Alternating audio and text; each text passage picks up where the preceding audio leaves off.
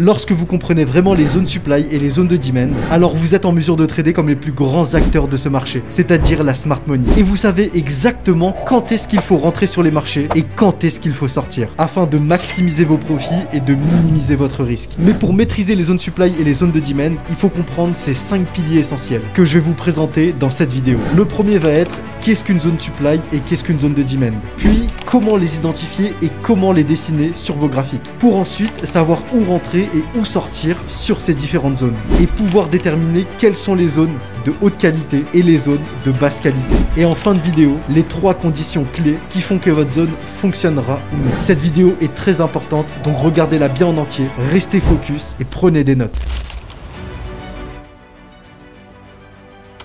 La première chose, c'est qu'est-ce qu'une zone supply et qu'est-ce qu'une zone de demand. Les supply and demand zones, basiquement, c'est simplement les niveaux sur lesquels les banques et la smart money vont venir prendre des positions. Et quand vous savez identifier où est-ce que la smart money vient se positionner et que vous allez commencer à comprendre comment déterminer les zones supply et les zones de demand, alors ça signifie que vous allez pouvoir trader avec ces grands acteurs du marché. Et donc mathématiquement, profiter des forts mouvements de liquidité qu'ils vont envoyer sur les marchés. Et si vous regardez n'importe quel marché, que ce soit le forex, la crypto-monnaie, les matières premières ou les indices, vous allez forcément remarquer que le marché se déplace en respectant un cycle bien précis, en passant d'un marché de déséquilibre à un marché d'équilibre. Imbalance, balance. Et pour identifier les zones supply et les zones de demand, vous allez simplement regarder sur les niveaux de consolidation. Les boxes grises que je vous ai mis sous vos yeux. Et c'est ce qu'on va appeler un prix d'équilibre, balance, qui est tout simplement un moment où le marché ne donne pas de direction claire, il est plutôt lent et il ne fait qu'accumuler entre une zone de résistance et une zone support. Et c'est après que le prix nous ait créé un niveau de balance, d'équilibre, qu'il y a un fort mouvement de déséquilibre qui arrive sur le marché. Si on doit comparer ça à un exemple clair de la vie, c'est quand tout va bien dans votre vie et qu'il vous arrive une mauvaise chose. Et en fait, ici, cette imbalance, elle est représentée par ce grand mouvement haussier que vous voyez, qui s'est produit juste après la consolidation. Et ce mouvement d'imbalance nous signifie qu'il y a un fort mouvement agressif, donc qu'il y a énormément de momentum. Et en fait, vous devez comprendre que les zones supply et les zones de demand, elles sont créées grâce à ce momentum. Et plus ce momentum va être important, plus la zone supply ou la zone de demand qui a été créée à la base de ce momentum dans notre consolidation sera une zone avec plus ou moins de taux de réussite. Ici, basiquement, je vous ai mis les 4 cas de figure où vous allez pouvoir détecter les zones supply et les zones de demand. Et dans chaque cas, on aura une zone reversal et une zone de continuation. Si on commence avec les zones supply, on voit qu'en fait une zone supply reversal, elle est créée au moment où on a un rallye base drop. Le rallye haussier que vous voyez nous crée un déséquilibre, suivi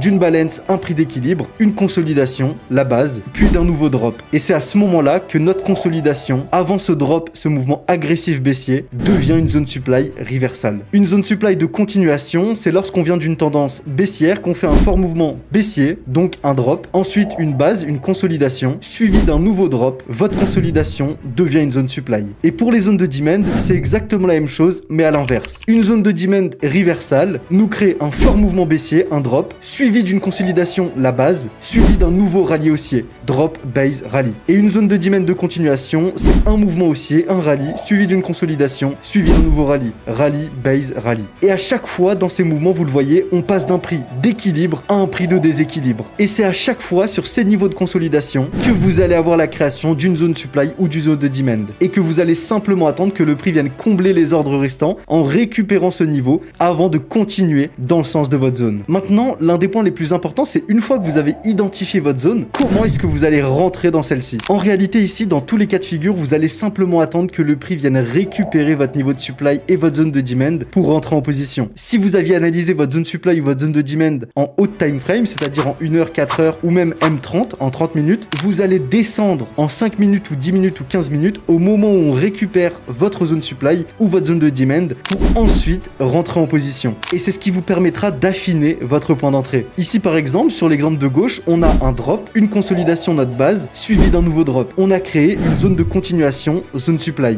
On va simplement attendre que le prix vienne récupérer notre zone supply pour chercher des entrées et affiner notre zone pour rentrer en position. Donc maintenant que vous comprenez rapidement qu'est-ce qu'une zone supply et qu'est-ce qu'une zone de demand, vous devez absolument savoir comment identifier ces zones supply et ces zones de demand et comment les dessiner directement sur votre graphique. Vous allez pouvoir utiliser cette stratégie dans n'importe quel time frame, que ce soit en 5 minutes, en 15 minutes, en 1 heure, en daily, peu importe. En réalité, les zones supply et les zones de demand fonctionnent pour n'importe quel type de trader, que vous soyez un swing trader, un scalper ou que vous fassiez de l'intraday. Pour identifier et dessiner vos zones supply et vos zones de demand, il va vous falloir seulement 3 étapes clés. La première va être d'identifier un fort mouvement agressif qu'il s'est produit sur le marché. Et en réalité, pour les identifier, c'est très simple. Je vous ai mis un exemple juste sur votre gauche. C'est d'identifier de très grosses bougies avec un grand corps et de petites mèches. Et ici, vous le voyez par exemple, on a une très forte bougie baissière. Et c'est là que vous avez identifié un fort mouvement baissier. Et par exemple, sur votre droite, cette grande bougie haussière vous a formé un fort mouvement haussier. Et ici, en réalité, ça vous indique que sur cette grande bougie haussière, il y a une très forte pression haussière avec un grand momentum haussier. La deuxième étape va être d'identifier la bougie précédant le fort mouvement haussier ou le fort mouvement baissier. Ici, par exemple, ça va être cette dernière bougie avant le fort mouvement haussier. Et dans le mouvement baissier, ça va être cette bougie avant d'envoyer ce fort mouvement baissier. Et la troisième étape, elle est très simple. Vous allez tout simplement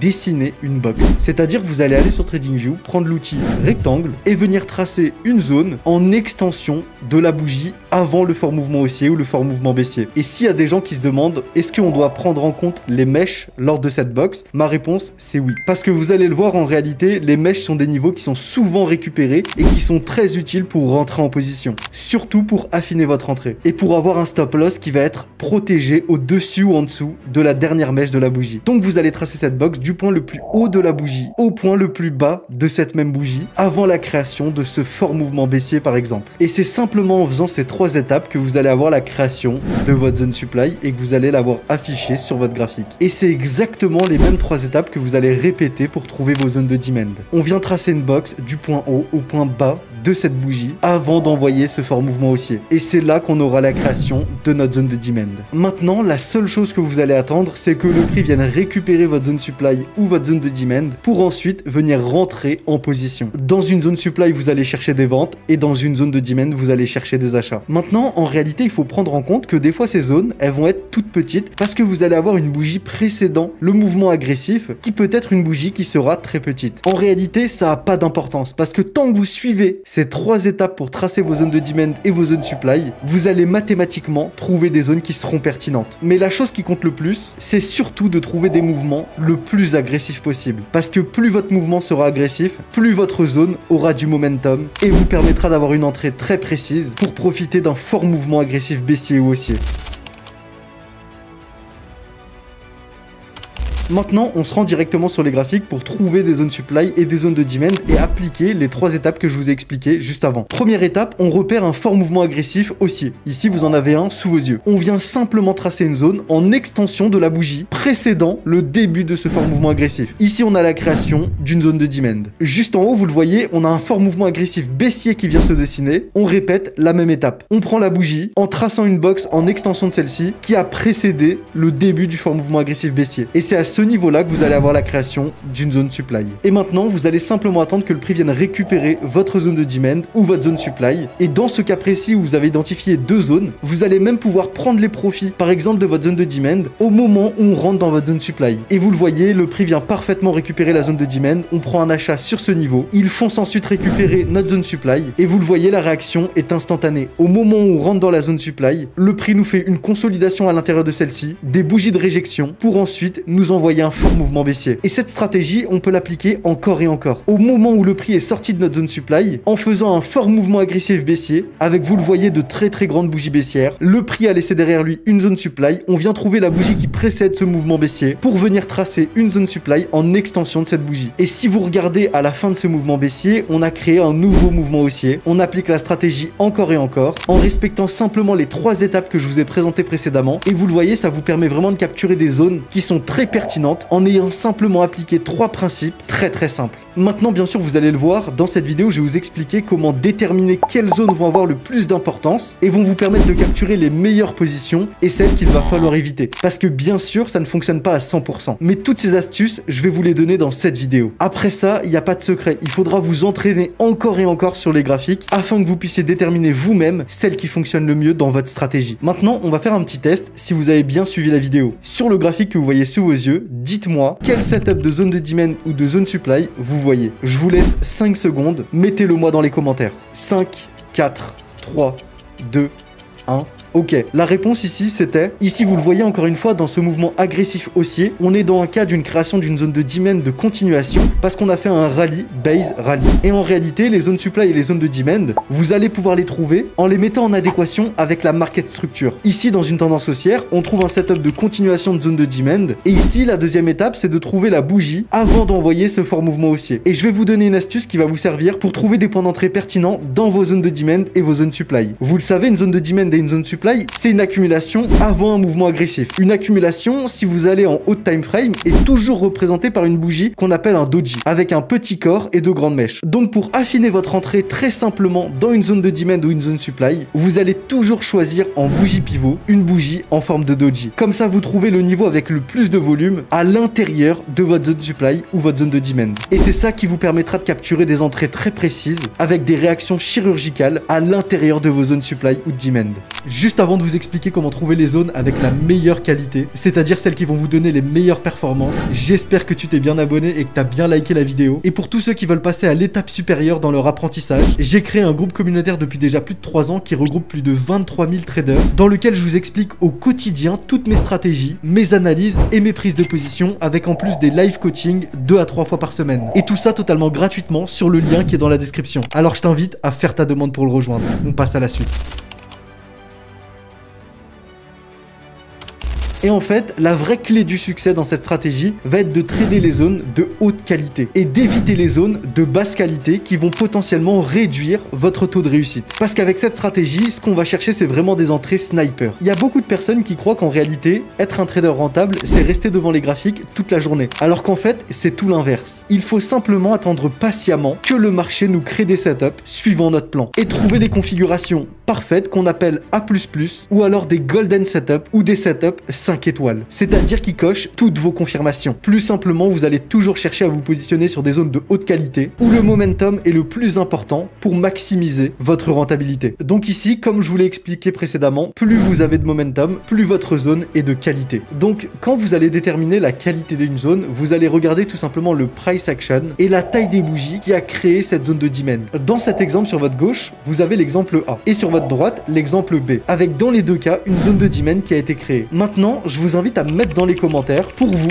quelle zone entre la zone A et la zone B est de meilleure qualité et a mathématiquement le plus de momentum haussier. Quelle zone est la plus forte? Et dans ce cas précis, bien sûr que c'est la zone A. Parce que vous le voyez, les deux bougies haussières qui ont créé cette zone de demand ont eu énormément de pression haussière. Avec énormément de momentum haussier, énormément de pression haussière, ce qui nous indique que cette zone est plus forte. Et en réalité, sur une zone comme celle-ci, vous maximisez vos chances que le prix vienne récupérer cette zone et réagisse pour repartir à la hausse. Alors que si on vient la comparer à la zone de demand qui a été créée sur votre droite, on le voit, les bougies sont beaucoup moins importantes. On a en réalité beaucoup moins de pression haussière, donc moins de momentum, donc on est en présence d'une zone de basse qualité. Et je vais vous montrer un exemple concret sur les graphiques. Ici, sur ce mouvement, on est en présence de deux zones supply. Puisque ici, vous le voyez, on a deux mouvements baissiers qui sont chacun précédés d'une consolidation. On va tout simplement venir appliquer les 3 étapes que je vous ai présentées précédemment. Identifier la zone, trouver la bougie précédant le mouvement baissier lorsqu'on est en présence d'une zone supply et ensuite tracer une box en extension de celle-ci. Mais en réalité maintenant, le plus important va être de trouver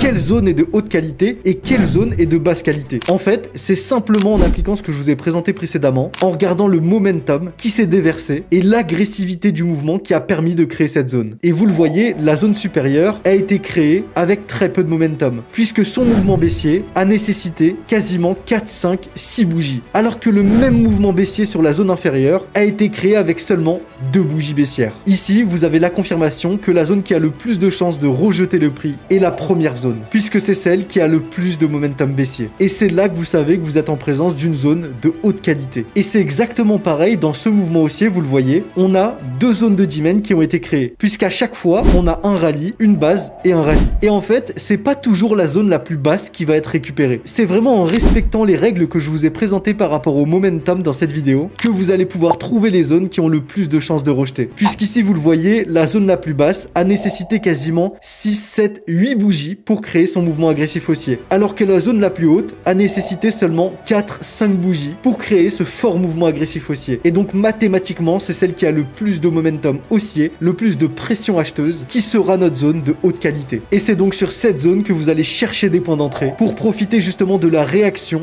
dans cette zone de demand avec toute la pression acheteuse qui va rentrer sur le marché en appliquant les 3 étapes que je vous ai expliquées en début de vidéo. Et quand vous voyez que par exemple, lors de la création d'une zone de demand ou d'une zone supply, vous avez énormément de bougies avec de grandes mèches qui viennent récupérer la liquidité de chacune des bougies précédentes, c'est aussi une indication que le prix en réalité ne laisse aucune liquidité derrière lui et donc que votre zone est de basse qualité. Alors que lorsque vous avez un fort mouvement agressif avec une zone avec énormément de momentum, 90% du temps, cette zone laissera derrière elle de l'imbalance ou de la liquidité à récupérer. Et c'est là que vous savez que votre zone est de haute qualité. Maintenant, il y a quelque chose d'important que vous devez absolument comprendre. Si vous êtes débutant en trading ou même expérimenté, vous devez savoir qu'en trading, il n'y a aucune stratégie qui fonctionne à 100%. Toutes les zones supply et les zones de demand que vous allez trouver, peu importe leur qualité, ne vont jamais fonctionner à 100%. Donc vous allez devoir accepter les pertes et surtout appliquer la stratégie comme je vous l'ai indiqué dans cette vidéo afin d'avoir des petites pertes et des gros gains. Et maintenant, je vais vous montrer 3 raisons qui vont vous permettre de savoir si votre zone va fonctionner ou non. La première raison va être la market structure. La deuxième va être la profondeur de votre zone. Et la troisième va être le temps, le timing. Et je vais toutes vous les expliquer une à une parce que c'est ce qui vous permettra vraiment de maximiser votre taux de réussite. Et tout ce que je vous explique dans cette vidéo, je vous le répète, mais cette stratégie sur les supply and demand zones, c'est littéralement la plus puissante que vous allez pouvoir trouver et elle va s'appliquer sur n'importe quel actif en n'importe quel time frame. La première chose va être de toujours corréler vos zones supply et vos zones de demand avec la market structure. Donc si par exemple le marché est en tendance haussière, alors vous allez acheter des zones de demand. Si le marché est en tendance baissière, alors vous allez vendre des zones supply. Et un point très important qui va vraiment augmenter votre rentabilité en utilisant les zones supply et les zones de demand, c'est d'acheter les zones de demand qui ont éliminé une zone supply ou alors de vendre les zones supply qui ont éliminé des zones de demand. Ici par exemple, vous êtes en présence d'une tendance baissière. Le prix nous crée quoi? Des points hauts de plus en plus bas et des points bas de plus en plus bas. Donc ici, la première chose qu'on va faire, c'est de venir tracer toutes nos zones supply dans cette tendance baissière. Donc ici, mathématiquement, pour augmenter votre taux de réussite, vous allez toujours trader dans le sens de la tendance. Donc ici, on est dans une tendance baissière, donc on va chercher à rentrer sur des zones supply. Mais imaginez simplement que vous êtes quelqu'un de têtu et que vous voulez absolument rentrer à l'achat sur une zone de demand dans une tendance baissière. Et ben vous allez tout simplement devoir acheter une zone de demand qui aura permis d'éliminer une zone supply. Donc par exemple, si au moment de la création de cette zone de demand, le prix avait réagi dessus et était parti instantanément à la hausse, cassant la précédente zone supply qui avait été laissée. Parce qu'à ce moment-là, le prix aurait créé un point haut plus haut que le précédent et donc aurait cassé la structure. Ce qui nous aurait indiqué que le prix veut se retourner et repartir à la hausse. Et donc cette zone de demand qui a permis la cassure de la structure en éliminant une zone supply précédente aurait été valide et que cette tendance baissière est terminée et qu'on peut de nouveau chercher des achats dans des zones de demand. Je vous montre un autre exemple. Ici, on est dans une consolidation et on le voit, on a un fort mouvement agressif baissier qui a été créé, nous laissant derrière nous une zone supply. Et si la tendance de fond est une tendance haussière, vous allez simplement attendre qu'un mouvement agressif haussier vienne complètement éliminer cette zone supply. Et c'est à ce moment-là que la bougie à la base de ce mouvement agressif qui élimine cette zone supply nous laisse une zone de demand qui est valide. Puisque comme je vous l'ai expliqué précédemment, elle a servi à éliminer une zone supply qui était laissée juste avant, nous indiquant que le marché retourne et reprend une tendance haussière. En passant d'une structure où vous avez des points bas de plus en plus bas à une structure qui nous fait des points hauts de plus en plus haut et des points bas de plus en plus haut. Et comme je vous l'ai expliqué précédemment, on cherche toujours à trader dans le sens de la tendance. Donc si la tendance est haussière, on va toujours chercher à prendre des achats. Donc à trouver toutes les zones de demand qui peuvent être créées dans cette tendance haussière. Et vous allez toujours continuer d'identifier les zones supply qui se dessinent pour déjà premièrement avoir une target pour prendre vos profits lors de vos entrées sur vos zones de demand et deuxièmement avoir une indication de quand est-ce que le prix va se retourner. Parce qu'au moment où le prix va nous créer un fort mouvement agressif baissier en cassant une zone de demand qui a été créée précédemment et donc en créant un point bas plus bas que le précédent, à la base de ce mouvement agressif baissier, vous allez avoir une zone de demand qui aura été créée et qui, puisqu'elle aura permis de casser une zone de demand précédente, sera devenue une zone valide et vous permettra de valider un retournement dans une structure baissière. Le deuxième facteur que je vais regarder, je vous l'ai expliqué, c'est la profondeur au moment où l'on rentre dans la zone de demand ou la zone supply. Parce qu'en fait, plus le marché va rentrer profondément et venir s'installer dans la zone de demand ou la zone supply, plus votre zone va baisser en qualité et plus votre zone aura de chances de venir échouer. Par exemple, ici, vous le voyez, on a une grande bougie avec un momentum haussier. On a laissé du coup derrière nous une zone de demand. Et vous le voyez, en fait, le prix ne réagit même pas au moment où il récupère cette zone de demand. Et à ce moment-là, vous allez simplement regarder qu'est-ce que le prix fait. Et au moment où le prix vient casser votre zone de demand, vous savez qu'elle n'a plus aucune chance d'avoir un impact sur le prix. Et la règle générale que je vais vous expliquer pour bien trader les zones supply et les zones de demand, c'est qu'en fait, vous n'allez jamais trader une zone supply ou une zone de demand si le prix vient clôturer en dessous des 50% de celle-ci. Parce que les 3/4 du temps, lorsque le prix va clôturer en dessous des 50% de la zone, ou alors au-dessus des 50% si vous êtes dans une zone supply, vous augmentez les chances que votre zone échoue. Maintenant, bien sûr qu'il n'y a pas de règle d'or qui fonctionne à 100%, mais comme je vous l'ai dit, le trading, c'est des mathématiques. Plus vous augmentez vos probabilités de réussite, plus vous augmentez votre rentabilité. Par exemple, ici, vous le voyez, on a créé une zone supply avec un rallye base drop. Et en fait, vous le voyez, la première bougie qui vient récupérer la zone supply vient complètement clôturer au-dessus des 50% de celle-ci. Ce qui nous indique qu'en fait, cette zone a peu de chances de faire réagir le prix parce que toute la liquidité a été récupérée. Et dans ce cas précis, vous allez simplement attendre de voir une bougie de réjection suivant cette bougie qui a récupéré la liquidité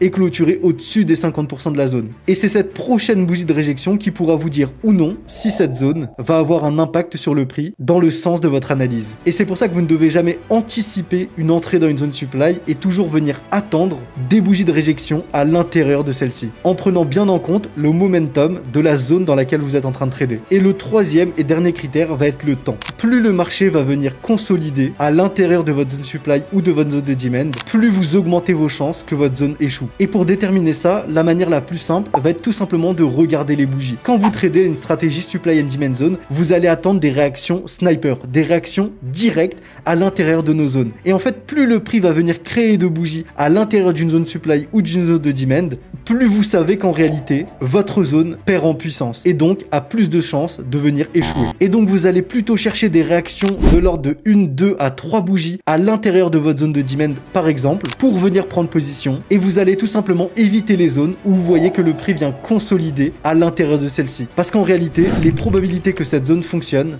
baissent à chaque fois qu'une nouvelle bougie est créée à l'intérieur de celle-ci. Et tout ça, vous allez pouvoir le lire simplement en regardant les bougies qui sont créées à l'approche de votre zone. Et donc, dans ce cas précis, même si vous êtes déjà rentré en position, pensez à plutôt clôturer à votre point d'entrée ou alors avec de légères pertes plutôt que d'attendre que le prix vienne chercher votre stop loss. Maintenant que vous avez bien suivi cette formation sur les supply and demand zones et que vous avez toutes les connaissances et les compétences de vos côtés pour maximiser vos profits sur les marchés grâce à cette stratégie, il sera très important de venir les combiner avec la market structure. Et c'est pour ça que je vous ai tourné une vidéo sur ma chaîne que je vais vous mettre juste ici, que vous devez absolument aller regarder pour pouvoir combiner les supply demand et la market structure afin de vraiment faire exploser votre compte de trading. Et pour toutes les personnes qui veulent pousser leur apprentissage encore plus loin et faire du trading une activité à part entière dans leur vie, je vous invite vraiment à rejoindre mon groupe où je vous partage littéralement tous mes secrets avec toutes mes stratégies et sur lequel je vais trader en live 2 à 3 fois par semaine directement sur le lien qui est dans la description. Et je vous dis à la prochaine.